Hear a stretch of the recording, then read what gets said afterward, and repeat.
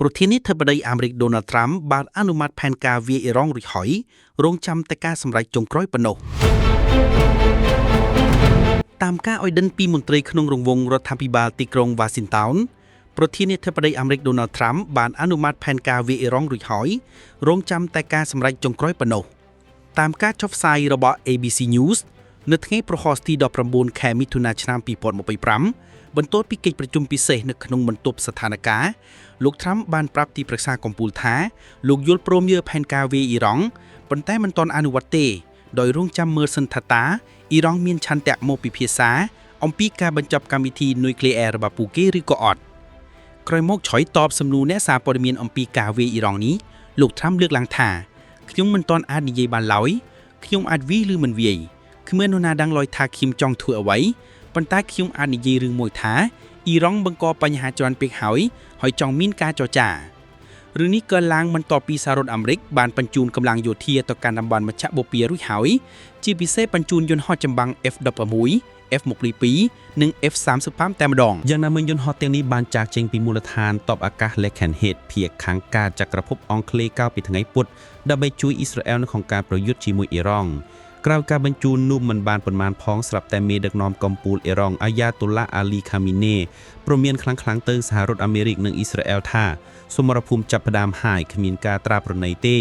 យើងត្រូវតែឆ្លើយតបយ៉ាងខ្លាំងក្លាបំផុតចំពោះរបបសាយអូនេះរបស់ពួកភេរវករសូមជម្រាបជាថ្មីអ៊ីស្រាអែលបានបើកប្រតិបត្តិការ Raji Lion កាលពីថ្ងៃសុក្រទី13ខែមិថុនាឆ្នាំ2025ដោយបាញ់មីស៊ីលលើទីក្រុងតេហេរ៉ង់ក្រុងគោលបំណងកំទេចកម្មវិធីនុយក្លេអ៊ែររបស់អ៊ីរ៉ង់អ៊ីស្រាអែលបញ្ជាក់ថាខ្លួនគ្មានជំរឹកផ្សេងក្រៅពីវាយអ៊ីរ៉ង់ឡើយព្រោះប្រទេសនេះកំពុងស្ថិតនៅលើផ្លូវឈានឆ្ពោះទៅរកការផលិតបានគ្រាប់បំបែកនុយក្លេអ៊ែរហើយយ៉ាងណាអ៊ីរ៉ង់បានបដិសេធយ៉ាងដាច់អហង្ការចំពោះការចោទប្រកាន់នេះនិងអះអាងម្ដងហើយម្ដងទៀតថាកម្មវិធីនុយក្លេអ៊ែររបស់ខ្លួនគឺសម្រាប់តែគោលបំណងស៊ីវិលប៉ុណ្ណោះពូទីនស្នើជួយដោះស្រាយជម្លោះមជ្ឈមបូព៌ាតែត្រាំប្រាប់វិញថាដោះស្រាយរឿងខ្លួនឯងឲ្យចេញសិនទៅចាំគិតរឿងគេក្រោយប្រធានាធិបតីរុស្ស៊ី Vladimir Putin អំពាវនាវឲ្យអ៊ីស្រាអែលអ៊ីរ៉ង់ឈប់ប្រយុទ្ធគ្នាហើយសុំចូលខ្លួនសម្រាប់សម្រួលដោះស្រាយវិវាទនេះស្រាប់តែប្រមុខសេតាវិមាន Donald Trump បញ្ចេញប្រតិកម្មដោយនិយាយថាខ្ញុំប្រាប់គាត់ថាដោះស្រាយរឿងខ្លួនឯងឲ្យចេញសិនទៅចាំតែដោះស្រាយរឿងគេលោកត្រាំមិនបញ្ជាក់ឡើយថាលោកនិយាយអ្វីខ្លះជាមួយពូទីនប៉ុន្តែប្រធានាធិបតីអាមេរិកបានប្រាប់ទៅអ្នកសារព័ត៌មាននៅសួនច្បារនៃសេតាវិមានកាលពីថ្ងៃពុធទី18ខែមិថុនាឆ្នាំ2025ថាម្សិលមិញខ្ញុំបាននិយាយជាមួយគាត់ហើយខ្ញុំក៏ប្រាប់ទៅអ្នកដឹងទេគាត់ស្នើចូលខ្លួនសម្រាប់សម្រួលបញ្ហាមជ្ឈមបូព៌ាហើយខ្ញុំក៏តបទៅវិញថាដោះស្រាយបញ្ហារបស់អ្នកសិនទៅចាំបារម្ភពីរឿងជម្លោះអ៊ីស្រាអែលអ៊ីរ៉ង់សូមជម្រាបថានៅក្នុងកិច្ចប្រជុំតុមូលខាងក្រៅវេទិកាសេដ្ឋកិច្ចអន្តរជាតិ St. Petersburg លោកពូទីនបានស្នើឡើងថា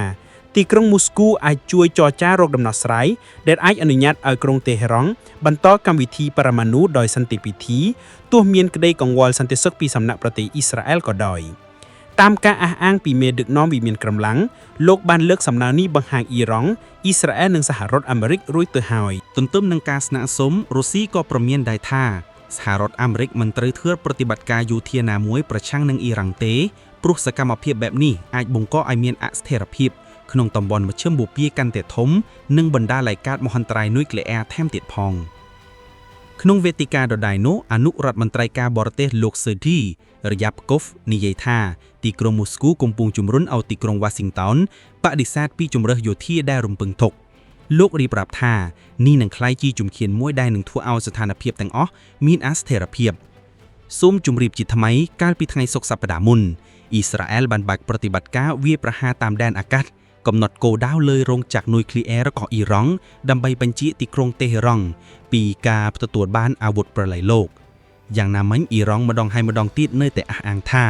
កម្មវិធីនុយក្លេអ៊ែររបស់ខ្លួនពុំផ្ដោតលើការផលិតអាវុធនោះទេគឺសម្រាប់តែគោលបំណងស៊ីវិលប៉ុណ្ណោះយោធាអ៊ីស្រាអែលបានបន្តវាយប្រហារទីតាំងនុយក្លេអ៊ែរនៅក្រុងអារ៉ាករបស់អ៊ីរ៉ង់អ៊ីស្រាអែលនៅថ្ងៃទី19ខែមិថុនាបានបន្តវាយប្រហារចូលទីតាំងនុយក្លេអ៊ែរ Kondab និងម៉ាស៊ីនធុងទឹក Water Reactor ធុនធ្ងន់ នៅទីក្រុងអារ៉ាកដែលជាទីតាំងនុយក្លេអ៊ែរសំខាន់មួយរបស់អ៊ីរ៉ង់ខណៈពេលអ៊ីរ៉ង់បានបាញ់ចូលមន្ទីរពេទ្យមួយកន្លែងនៅភាគខាងត្បូងអ៊ីស្រាអែលស្របពេលសកម្មភាពបាញ់បោះនៅតែបន្តអត់ស្រាកស្រានយោធាអ៊ីស្រាអែលបានបន្តបាញ់ចូលទីតាំងនុយក្លេអ៊ែរដ៏សំខាន់មួយទៀតរបស់អ៊ីរ៉ង់ក្នុងទីក្រុងអារ៉ាកនៅថ្ងៃទី19ខែមិថុនាអ៊ីស្រាអែលបានបាញ់ចូលទីតាំងនុយក្លេអ៊ែរខុនដាប់នៅម៉ាស៊ីនធុងទឹកធុនធ្ងន់នៅទីក្រុងអារ៉ាករបស់អ៊ីរ៉ង់សារព័ត៌មានអ៊ីរ៉ង់បានរាយការណ៍ថា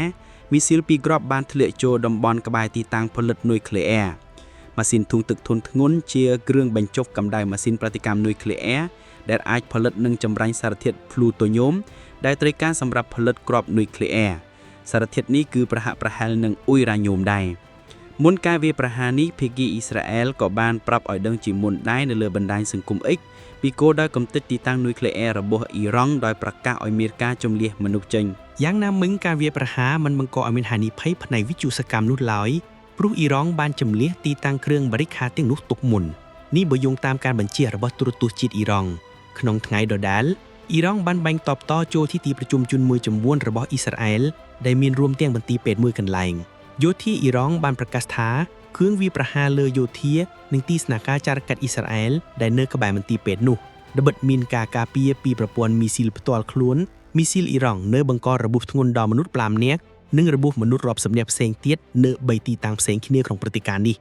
បើយោងតាមក្រុមសង្គ្រោះបន្ទាន់របស់អ៊ីស្រាអែលតាមការបញ្ជាក់ពីអាជ្ញាធរអ៊ីស្រាអែលអ៊ីរ៉ង់បានបាញ់មីស៊ីលចូលទឹកដីឃ្លូមប្រមាណ400គ្រាប់ហើយចាប់តាំងពីថ្ងៃទី13ខែមិថុនាមកក្នុងប្រតិបត្តិការជិតមួយសប្តាហ៍នេះអ៊ីស្រាអែលបានបាញ់ចូលទីតាំងចម្រាញ់សារធាតុផលិតនុយក្លេអ៊ែរនៅទីក្រុងណាតាន់សទីតាំងពិសោធន៍ជំវិញទីក្រុងតេហេរ៉ង់និងទីតាំងនុយក្លេអ៊ែរមួយកន្លែងនៅទីក្រុងអ៊ីស្ហ្វាហាន់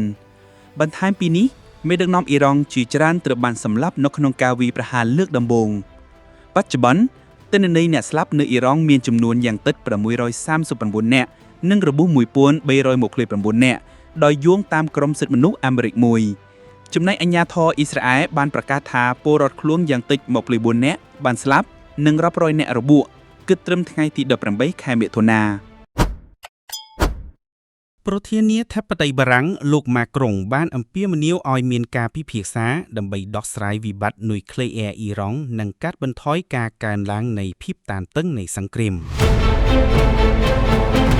ប្រធានាធិបតីរបស់ប្រទេសបារាំងលោកអេម៉ានូអែលម៉ាក្រុងបានឲ្យដឹងថាការដោះស្រាយយូរអង្វែងនៃបញ្ហានុយក្លេអ៊ែរអ៊ីរ៉ង់អាចសម្រេចបានតាមរយៈការចរចាតែប៉ុណ្ណោះក្នុងអំឡុងពេលនៃកិច្ចប្រជុំក្រុមប្រឹក្សាការពារជាតិនិងសន្តិសុខដែលបានធ្វើឡើងកាលពីថ្ងៃពុធលោកម៉ាក្រុងបានរំលឹកឡើងវិញនៃការបដិញ្ញាចិត្តរបស់បារាំងក្នុងការចូលរួមក្នុងកិច្ចសន្ទនាដែលមិនមានការសម្របសម្រួលជាមួយអ៊ីរ៉ង់យោងតាមសេចក្តីប្រកាសព័ត៌មានវិមានអេលីសេលោកម៉ាក្រុងក៏បានសម្ដែងការព្រួយបារម្ភរបស់លោកចំពោះការកើនឡើងជាបន្តបន្ទាប់រវាងអ៊ីស្រាអែលនិងអ៊ីរ៉ង់ដោយការវាយប្រហាររបស់អ៊ីស្រាអែលកាន់តែខ្លាំងឡើងទៅលើគោលដៅដែលមិនទាក់ទងទៅនឹងកម្មវិធីនុយក្លេអ៊ែរនិងមីស៊ីប្លង់របស់អ៊ីរ៉ង់យ៉ាងណាមិញវិមានអេលីសេបានឲ្យដឹងថាវាជារឿងបន្ទាន់ដើម្បីបញ្ចប់ប្រតិបត្តិការយោធាទាំងនេះដែលបង្កការគំរាមកំហែងយ៉ាងធ្ងន់ធ្ងរដល់សន្តិសុខក្នុងតំបន់លោកម៉ាក្រុងក៏បានណែនាំផងដែរដល់រដ្ឋមន្ត្រីការបរទេសរបស់លោកឲ្យទទួលយកគំនិតប្រឌិតផ្ដាល់ក្នុងប្រមាណថ្ងៃខាងមុខនេះនៅក្នុងការពិគ្រោះយោបល់យ៉ាងជិតស្និទ្ធជាមួយដៃគូអឺរ៉ុបសំខាន់ដើម្បីស្នើដំណោះស្រាយការចរចាដ៏រឹងមាំដែលនឹងនាំមកនូវបញ្ចប់ជម្លោះអ៊ីស្រាអែលកាលពីថ្ងៃសុក្រសប្តាហ៍មុនបានបើកការវាយប្រហារដ៏គួរឲ្យភ្ញាក់ផ្អើលលើអ៊ីរ៉ង់រួមទាំងទីតាំងនុយក្លេអ៊ែររបស់ខ្លួនអ៊ីរ៉ង់បានសងសឹកភ្លាមដោយបាញ់មីស៊ីលនិងការវាយប្រហារដោយយន្តហោះគ្មានមនុស្សបើកលើអ៊ីស្រាអែលតាំងពីពេលនោះមក